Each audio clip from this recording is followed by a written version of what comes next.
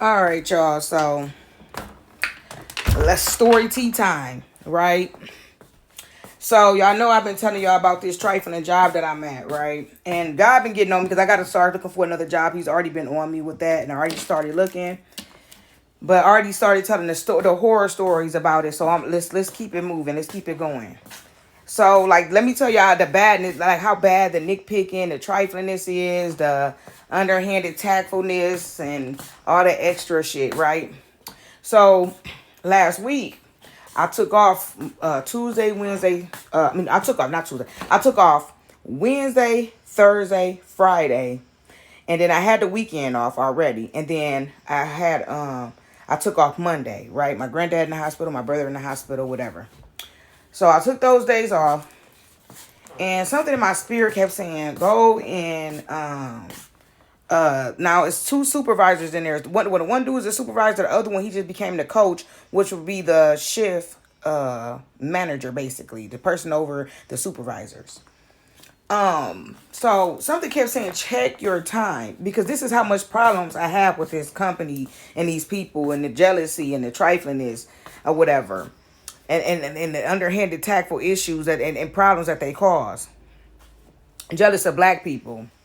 And so something kept telling me to check my time. So, you get busy and stuff like that. So finally got home, took me a bath and everything. And I settled down and I go inside of my time thing where you go to check your time and all this stuff. And I see that they done stole a day from me, right? They done stole a whole 8 hours from me. And see, the problem I got with it is this. This ain't the first time this done happened.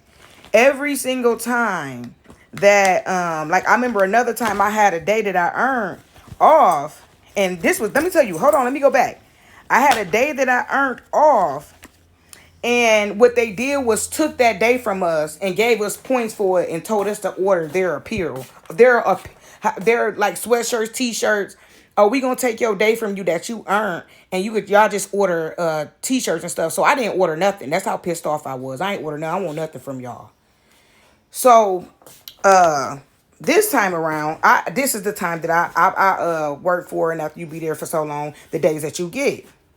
And so I took my little couple of days off, which would have been a total of 32 hours I took. And I had 80 hours on there. Then I had time of other stuff like birthday time. I had a day that I earned. Because after you work there, it's called a flex day that you earn, which ain't really nothing, but it's still a day. And so I took 30. So if you got 80 hours and you use 32 hours, that would leave you what? 40. That would leave you 48 hours. And so it's tripping me out because this is not the first time, right? So another time, I went to take a day, but something in my spirit always, it ain't even just within your spirit. When you're dealing with grimy people who are jealous of you and sitting running around acting like they're not, and you're watching them move, you watch how jealous they are, you watching them do things towards you, you start to have that sixth sense to be like, okay, you need to just cover your ass, right? CYA, cover your fucking ass. And it's bad that you got to work up under people like this. And it's sad because you got owners of their companies not checking in or nothing until it gets to the point of you having to sue them. Now I was like, well, what's happening? What's going on? Let's keep this under wraps. It has to get to that point because the nitpicking and stuff is so out of control. And the racism. And it's not the owner. This is the sad part about it. It's the workers that they're giving these positions, and they're not understanding their personalities, and the people that they're putting in these positions that they dealing with mental ailments and stuff like that, and sexism and all these little weird things, and they not getting it taken care of. And so they're getting in these positions, and they're really cowards, really people who cowards who've been bullied all their life, was in the out crowd and stuff like that, and they never dealt with the issues they had, and so they become your supervisor and things of that nature, and they take advantage of their position. They deliberately go for supervisor positions. That's why you work. When you watch people that be supervising, they be working to get to the next thing. A lot of them have been bullied, and they unhealed, and they mentally unstable, and they refusing to work on themselves, right? And so they get in these positions and they abuse false authority that's not there, right? And so they know that I know this. And see, I'm a problem. They was doing so much stuff until I looked and I said, okay, I got something for y'all. So Anyways, I goes in and I check my oh no, I'm going back. So I had a day, right?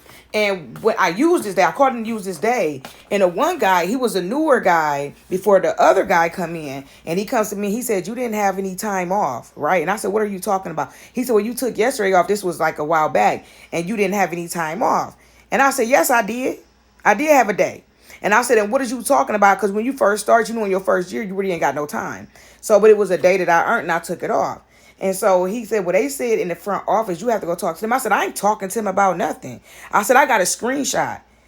Do you know he left away from me, didn't say nothing, and Herp and ran off? So that let me know that he was involved in it as well. So what they probably did was try to Herp and erase it, and it didn't come off. And on probably came off on their end, but it didn't come off on my end. And so whatever they was trying to pull, they couldn't pull it. And he never came back and said nothing. So anyways, dude ran off, took off, and didn't say nothing to me. Playing games. So now we dealing with it again. And so when you say something, hold on, let me go back. So when you say something to these individuals about the nitpicking and stuff, oh, you're just paranoid. We're not nitpicking. Like the gaslighting, the mental illness that these people is doing stuff in your face, and then you looking at them doing it, and they say that's not what's happening. The gaslighting, right? So anyways, I goes in and I check my stuff. So just to make sure before I flip out and trip out, I'm going to get a second opinion. So I went and said, look at this for me, and you tell me and you do the math, because the math ain't mathing, and the math ain't that hard. But it's just not mathing, and I need this to wrap around my brain, right? And he like, no, you right, that's not right. And they doing, like, why do they keep doing this stuff? Like, you not paying attention. But what it is that they constantly want a reaction so they can say the mad black woman, right? And they're constantly looking for a reaction. Like, even today, like with those days I had off,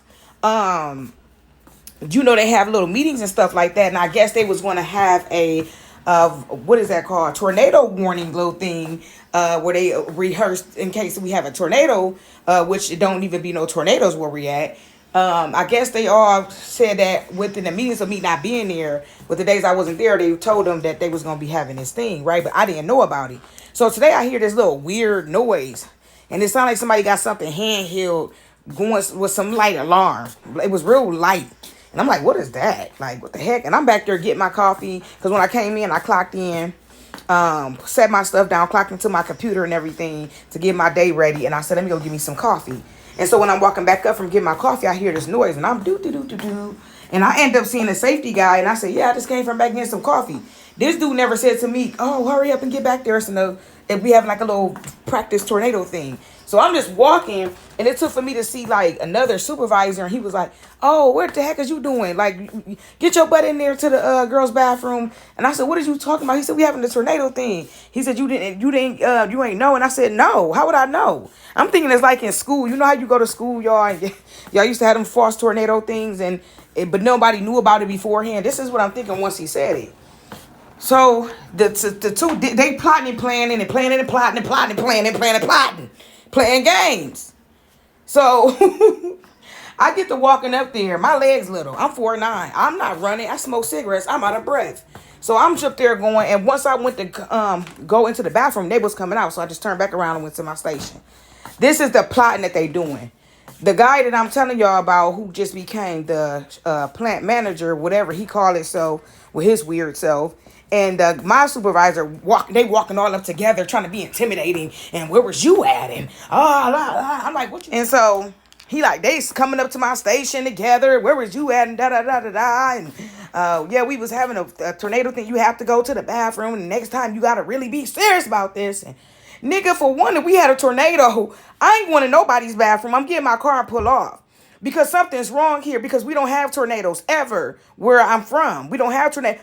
We have like tornadoes on like more of the outskirts, like all the way out. And I think since I've been on this earth and in this city, I think we might have had 2 tiny ones, real tiny ones. And I'm not saying that they can't never happen, but what they doing is plotting and planning and planning and plotting and plotting and planning and planning and plotting. Just constantly doing stuff. So I'm like, I'm looking at him, and I said, well, I went to go get me some coffee.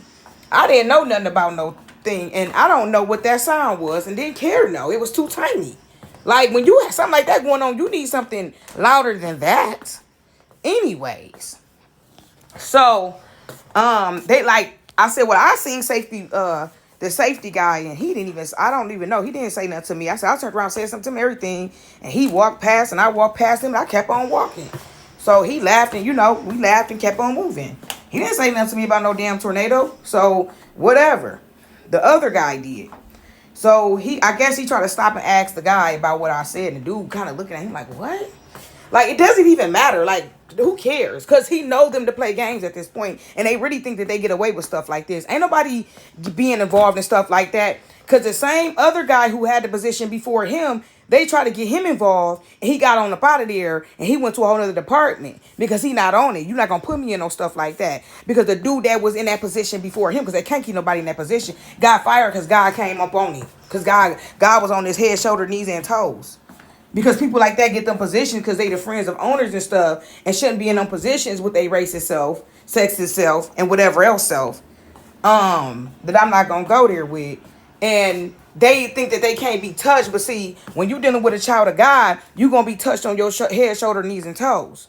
I don't care who you know that know who. And so he was in there doing stuff as well and got walked up out of that position. And they was all feeling sorry for him after all the stuff that somebody, because he was doing stuff towards me. And one of the guys went to leave the company and went to go somewhere else. And the same dude that he had doing stuff for him, I guess when he went to go get the job, the same dude, the dude asked on him. So he couldn't get the job, right? And so what the dude did was sent the email, let him know that, letting everybody in the company know, sent the worldwide email to everybody in the company like, yep, he had us doing this to her. He was in there and da. And so what they try to do is quietly remove him without nobody knowing, but everybody knew why, right? And so this is what I'm talking about from when I go to So y'all, after they walked up to me and said something to me about the tornado when they try to gang up and stuff, the supervisor, he's fake as hell. He tried to come back around to me and try to joke and play. And I just looked at him and turned around, turned my music on and got to work. Because get out my face. Because I'm so tired of you playing this game with this dude. And you too scared to stick up and stay out and get in your own lane. That you walking up doing stuff knowing this dude wrong. And he planning and plotting and plotting and playing and playing and plotting. You ain't noticed that everybody been in that position. Then got walked out of that position. And they felt like they was untouchable because they knew somebody that knew somebody. But God... You understand me? But God, you understand me? That's all I'm saying. So anyways, who was I about to say, y'all? Because they didn't got on my damn nerves. It was important. So anyways, when it comes to this time, what I'm saying is this is not the first time. So he came up to me yesterday and said something about some points or something, that I have some extra points and something about some apparel, however you say it, some hoodies and whatever. But my thing is, you doing all that, coming up to me and constantly nitpicking and doing all that till I bust you in your face. And then I'm the mad black woman. Till you walking out of here with a black eye. But I'm the mad. And I keep telling people why. People messing with people at jobs. If I bust you in your face, then what? I'ma be the mad black woman. But I keep telling people, you is in here for the long haul. This is what you're going to be for the rest of your life. That's it. You ain't got no goals, no dreams, no aspiration. This is it for you. And that's fine. But it ain't okay with me. So I'm okay with going. But are you? Why you in here playing these games? Because if I go, you're going. But the sad part about it is that it's a whole bunch of white women up in the front. And they all jealous and weird. All of a sudden, they've been having the same hairstyle since 1982. And all of a sudden, they getting their hair done. And it's worse off than what it was. The one girl came in there with some fluffy Joanne bang in the front of her head. And I'm like, what is going on? She got a bird's nest in the front of her face. And I said it out loud, but I'm thinking it to myself, but I said it out loud because I'm a person that I'm not holding my tongue too many times once I see some weird stuff. And the guy behind me bust out laughing. I didn't even know he was behind me. He told me, you dead wrong. I said, no, she dead wrong for putting it on. She dead wrong for going home and going in the house and thinking that she ain't good enough. And drawing lipstick on her face. I'm not good enough looking in the mirror to where she the one that got that fluffy ass bird nest in the front of her head. And then smiling in my face. Y'all, she stood out there. She know what time I come into work. This is one of the ladies in the office. She stood out there so I can see her. And she wanted me to say, oh my God, your hair looks so nice. And I just looked at her like, girl. That's what you just got to do. Girl. Yep. Hey, Miss Barnes. So anyways, let me get back to the meat and potatoes. So with the thing with the tornado, right? So one of the guys the guy who was running my machine today, he walked up to me to let me know that the machine was broken and that he wasn't going to be sending me any parts until after our first break, right? So I'm like, good. And I said, let me tell you something. I said, they just came down here talking about some dang on tornado and doing all this, and I told him what they did, and he like, He like, well, I wouldn't understand why they would do that. And one thing is, you got to go to the real geeky one to ask, because they can't lie. They're not going to lie. They're gonna tell on everybody without knowing that they're telling. So I purposely said something to him because he was like, well, I don't understand why they would come up to you unless they came and said something to you, because they had told us, he said, when you off last week and this week or something, like part of this week or something. I said, yeah. And he said, well, they had told us in our little meetings, but you wasn't there to know, so they should have told you when you came back yesterday. And I said, but that's crazy because the supervisor came right up in my face to tell me about some points, and he's very known to come and remind you of something. I said, he coming and let me know about some points, but he ain't let me know nothing about no dang on that they was having that for me to be prepared, nothing like that. So what it was is this: when I came in and I clocked in, and I went and got my stuff situated at my workstation. I went and got me some coffee and all that stuff. They was mad because I went and got me some coffee. So what he was trying to say was, make sure you be at your workstation, but it wouldn't have mattered if I was there or not, because you still wouldn't even have came and said nothing. So he kept trying to like sneak in. You make sure you at your workstation, and because this is really serious with the tornado warning. And I turned around and said to him right in his face, I said, I wouldn't care nothing about no tornado. I'm not going to lie to you. I said, if there was a tornado, a real tornado, I said, I would not be at work dying with any of y'all. I would not stay here in this bathroom with none of y'all I don't like and die with none of y'all. I'd rather take my chances going home. And I promise you that. If anything was to happen in here, the first thing I'm going to do is make way out of here, and I'm going to make sure I grab my keys and my purse and my leather jacket. And I'm going to get on down the road. I'm going to ease my ass on down the road. He ain't even know what to say. I said, if it was a real tornado in here, you wouldn't even stay here. Because we don't have them here. And it would be a shock. And ain't nobody running up in no bathroom. Everybody's getting their stuff and going. So you can play that game if you want to. And I turned around and continued to work. But anyways, y'all. So when I get to work tomorrow, I'm going to make sure I ad-lib on stealing time. I need you to put that 8 hours back on my stuff. I don't care who over it. I don't care who's involved in it. But that 8 hours better get back on my stuff. But y'all want to know what's crazy?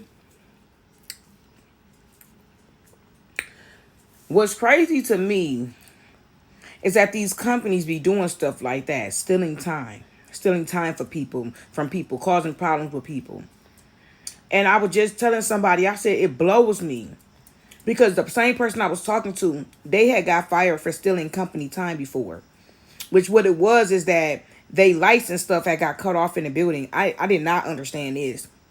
And something blew, which blew everything out in the building. So he couldn't clock out. So I guess they wanted them to hand write something in the dark. And it was dark outside, and all the lights around it blew as well from whatever this was.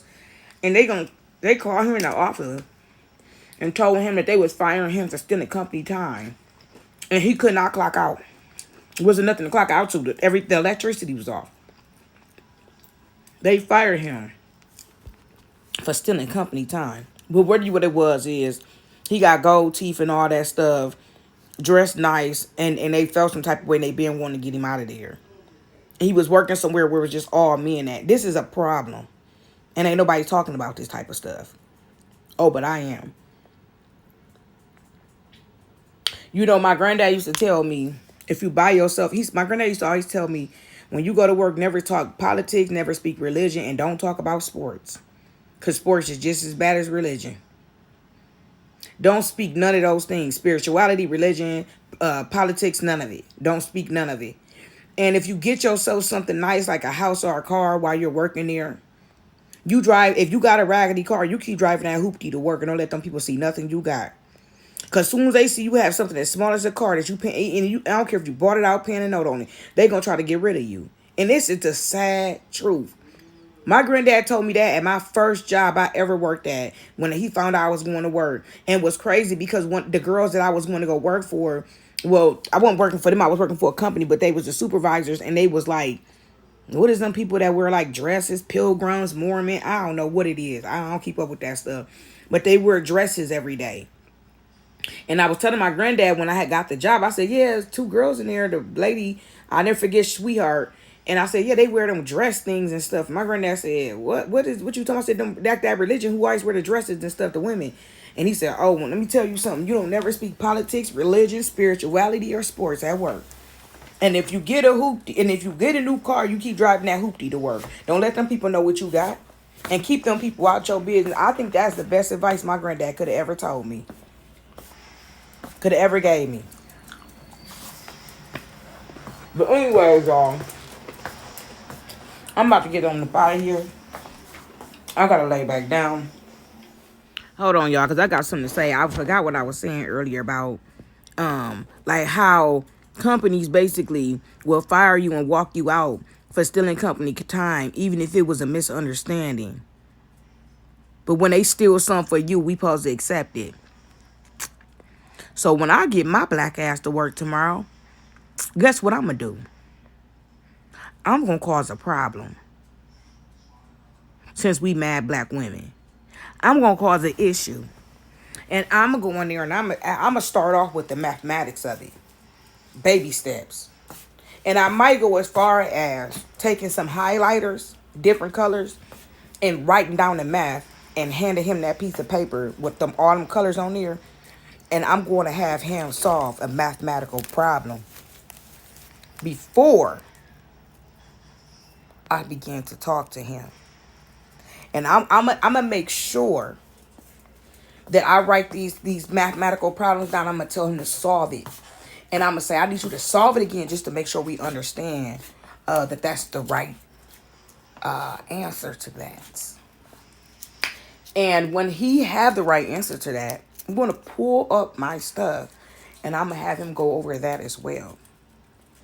And I'm going to ask him, why is the math wrong in my time? And I'm going to also let him know, why is it okay for them to steal time from us? But if I was to steal time from the company, I would have got walked out of there. But that wasn't what it was about. They're going to put the time back on there. Guaranteed. They want the mad black woman to show out. They do stuff every single day to cause problems.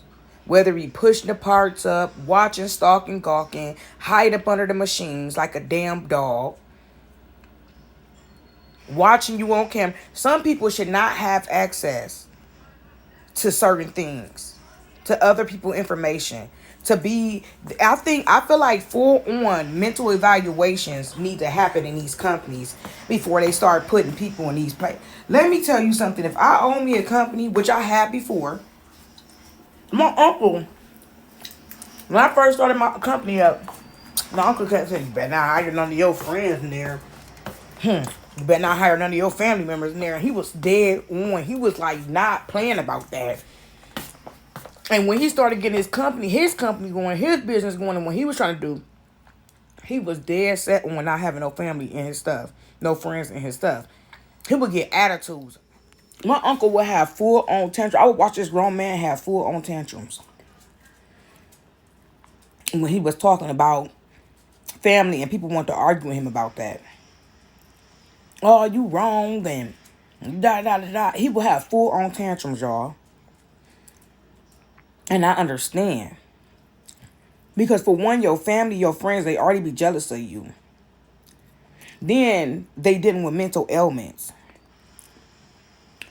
You have to be very careful in who y'all put in these positions. When I tell you the mental illness, the unhealedness that I am watching is disturbing. It's like a difference when you got people just walking around being themselves and they just mentally ill, whatever. But when you got people who are becoming your presidents, your supervisors, your plant managers, and things of that nature. They need to do. They putting everybody in danger. Everybody in danger.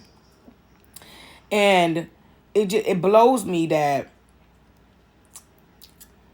the things that I see and the lengths that I've seen people go to do things to people out of hate and unhealed, just pure unhealed inner, just being unhealed and refusing to work on themselves, and jealousy, flat out envious, until you bop one of them back to sanity. You know what I mean? Sometimes you just gotta bop people right back to sanity. That's what they need. That's like a kid throwing a tantrum, and they be like, oh Billy, we need to talk. And that kid still ain't hearing you until you bop them back into reality. And now Billy sitting up there, went from kicking it to standing there up straight, still crying, but up straight. Sometimes you gotta bop people right back into reality. Y'all, good night. I love y'all. See you another day. Save a story for another day. I love you guys. Bye-bye. Mwah.